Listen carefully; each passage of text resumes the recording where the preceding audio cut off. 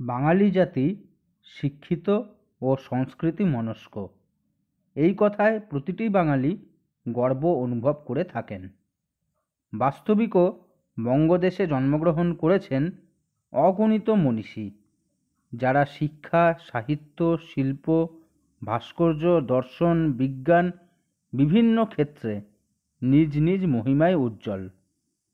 বিশেষত সাহিত্য ক্ষেত্রে বাংলা ভাষাকে সমৃদ্ধ করেছেন অজস্র লেখক, কবি, সাহিত্যিক প্রমুখ, যা অবশ্যই আমাদের কাছে গর্বের। তবে এ কথাও সত্য যে অগণিত মনীষীর ভিড়ে খুব অল্প কিছু সংখ্যক মনীষীর কথাই আমরা বারংবার তুলে ধরেছি। অথচ অনেক মনীষী রয়েছেন যাদের জীবন, কর্ম, রচনা প্রভৃতি আমাদের জানা অত্যন্ত প্রয়োজনীয়, অথচ তাদের নিয়ে আলোচনা অত্যন্ত সীমাবদ্ধ ক্ষেত্রেই প্রচলিত। বাঙালির ইতিহাসে তেমনই এক নাম গোপাল হালদার। গোপাল হালদার ছিলেন সাহিত্যিক, সাংবাদিক, পত্রিকা সম্পাদক, ভাষাবিজ্ঞানের গবেষক, রাজনীতিবিদ, স্বাধীনতা সংগ্রামী, কৃষক সভার নেতা, বহুমুখী পরিচয়ের অধিকারী। 1902 খ্রিস্টাব্দে 11ই ফেব্রুয়ারি অবিভক্ত বাংলার বিদগাঁও গ্রামে গোপাল হালদারের জন্ম। বাড়িতে ছিল সংস্কৃতি চর্চা ও দেশপ্রেমের আবহ। জ্যাঠতুতো দাদা প্রসিদ্ধ মনস্তত্ত্ববিদ রঙিন হালদারের ব্যাপক প্রভাব ছিল তার জীবনে। পিতা সীতাকান্ত হালদার ছিলেন পেশায় আইনজীবী। তৎকালীন বিশ্বখ্যাত বাঙালি মনীষীদের মধ্যে বিবেকানন্দ ও রবীন্দ্রনাথ ঠাকুরের চিন্তা চেতনা দ্বারা তিনি সর্বাধিক প্রভাবিত হয়েছিলেন। কিশোর বয়স থেকেই তিনি বাংলার সমস্ত বিপ্লবী আন্দোলনের প্রতি আকৃষ্ট হন। মাত্র 14 বছর বয়সে যুক্ত হন যুগান্তর দলের সঙ্গে। 1918 সালে ভর্তি হন কলকাতার স্কটিশ চার্চ কলেজে। কলেজের পড়াশোনার সাথে সাথে চলতে থাকে সাহিত্য চর্চা। এক্ষেত্রে তার সঙ্গী ছিলেন সজনীকান্ত দাস ও পরিমল রায়। কলেজে পড়াকালীন মহাত্মা গান্ধীর অসহযোগ আন্দোলনে যোগদান করতে নোয়াখালী চলে যান, কিন্তু চৌরি চৌরার ঘটনায় গান্ধীজি আন্দোলন থামিয়ে দিলে তিনি হতাশ হয়ে ফিরে আসেন। পরবর্তীতে তিনি ইংরেজি বিষয়ে অনার্স এবং কলকাতা বিশ্ববিদ্যালয় থেকে MA উত্তীর্ণ হন 1924 খ্রিস্টাব্দে। আইন পরীক্ষাতেও কৃতিত্বের সঙ্গে পাশ করেন। অত্যন্ত মেধাবী গোপাল হালদার পেয়েছিলেন টেগর ল অ্যাওয়ার্ড। আইন ব্যবসায় নিযুক্ত হলেও মনঃপূত না হওয়ায় বেশিদিন এই জীবিকায় থাকেননি। গোপাল হালদারের আগ্রহ ছিল রাজনীতি ও সাহিত্য বিষয়ে। তার প্রথম মুদ্রিত রচনা একটি রাজনৈতিক প্রবন্ধ। অমৃতকণ্ঠ চট্টোপাধ্যায় ছদ্মনামে বাঙালি যুবক ও নন কোঅপারেশন নামক প্রবন্ধটি মুদ্রিত হয় সবুজপত্র পত্রিকায় 1921 খ্রিস্টাব্দে। 1923 থেকে 1925 খ্রিস্টাব্দ সময় তার বেশ কিছু গল্প প্রফুল্ল হালদার ছদ্মনামে ভারতবর্ষ পত্রিকায় প্রকাশিত হয়। এছাড়াও আরও বেশ কিছু পত্রিকায় তিনি নিয়মিত বাংলা ও ইংরেজিতে লেখালেখি করতেন। 1926 খ্রিস্টাব্দে ভাষাচার্য সুনীতিকুমার চট্টোপাধ্যায়ের তত্ত্বাবধানে পূর্ববঙ্গের উপভাষা বিষয়ে গবেষণায় নিযুক্ত হন।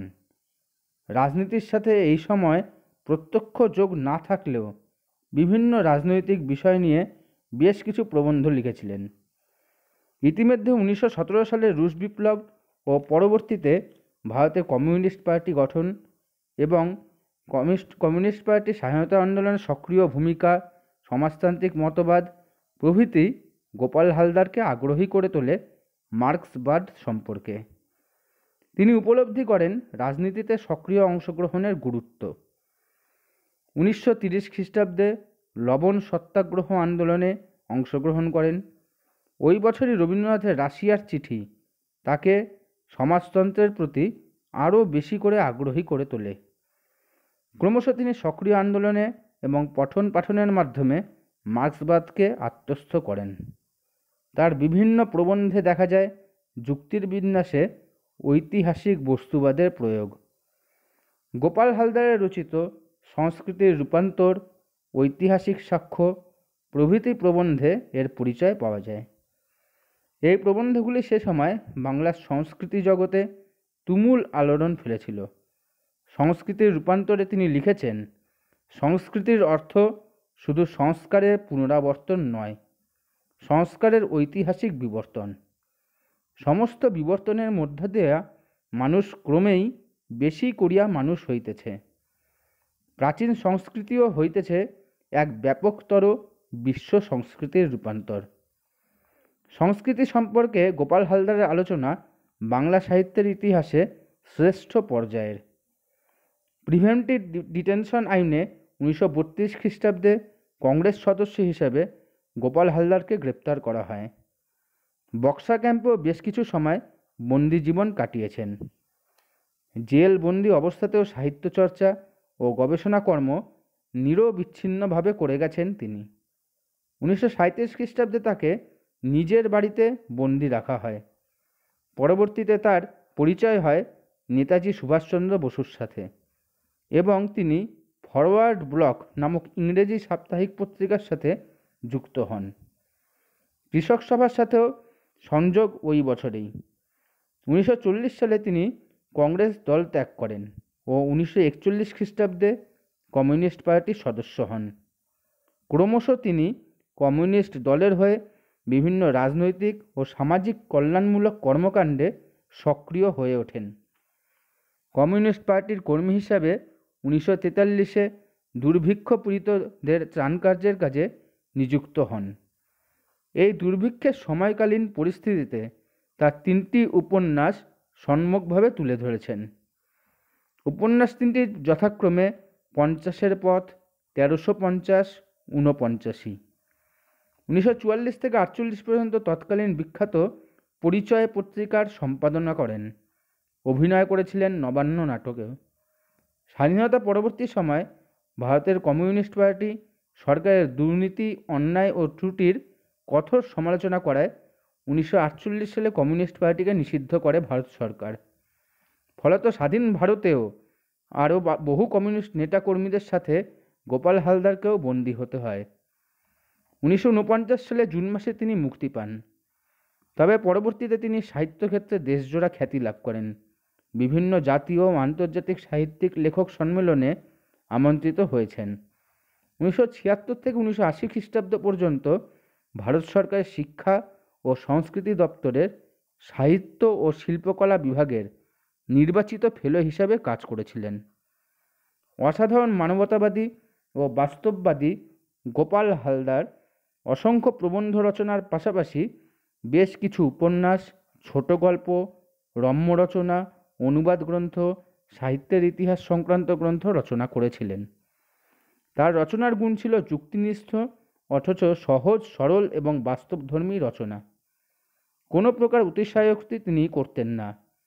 তার উপন্যাস, ছোট গল্পগুলিও নিখাদ বাস্তব জীবনের প্রতিবিম্ব। রাজনৈতিক ক্ষেত্রেও তার এই সততার নিদর্শন পাওয়া যায়। গান্ধীজির গুণমুগ্ধ হলেও অসহযোগ আন্দোলনে তার খুব একটা আস্থা ছিল না। আবার পরবর্তী জীবনে কায়মনোবাক্যে কমিউনিস্ট হলেও মার্ক্সবাদের প্রয়োগের ক্ষেত্রে বিভিন্ন ত্রুটিরও মুক্তকণ্ঠে সমালোচনা করেছেন। এই মহান ব্যক্তিত্বের প্রয়াণ হয় 1993 খ্রিস্টাব্দের 4 অক্টোবর।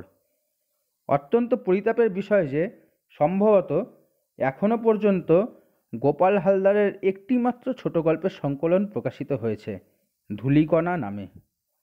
বর্তমানে সংস্কৃতি জগতে এক সংকট দেখা দিয়েছে।